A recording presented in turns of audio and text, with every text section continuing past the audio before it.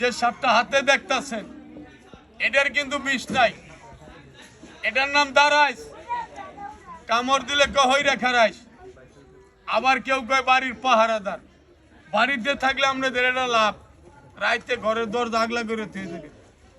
50,000 1 লাখ টাকার মাল আছে, সাপ ঘরের সামনে পড়ে গেছে, চুরে দেখলে যাবো গা, আমাদের বাড়িতে আশপাশে যাবে না। এটার 1 নম্বরে মুখে বিষ নাই, কামড়াইলে মানুষ মরে না। 2 নম্বরে চোখের পর্দা নাই, চোখ মুজা ঘুমাইতে পারে না। 3 নম্বরে কান নাই, কানে শুনে না। শুনে কি দিয়া? ওই জিবলার দ্বারাই শুনে। জিবলার মাথাটা খেয়াল করবেন ফারা। 4 নম্বরে বলি সাপের ঠ্যাং আছে, ঠ্যাং নেই। সাপের পাও আছে, মানুষের মতন না।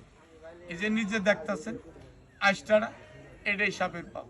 তবে এটা দ্বারাই সাপ দেখাইলাম, এটারে বন্ধ রাখি। এখানে আরেকটা সাপ আমি দেখাই, তবে একটা একটা করে দেখাই। শেষে একবারে আমার কাছে যেটি আছে সবটি একবারে সাইডে দিয়ে আমরা করে আমি দেখাবো।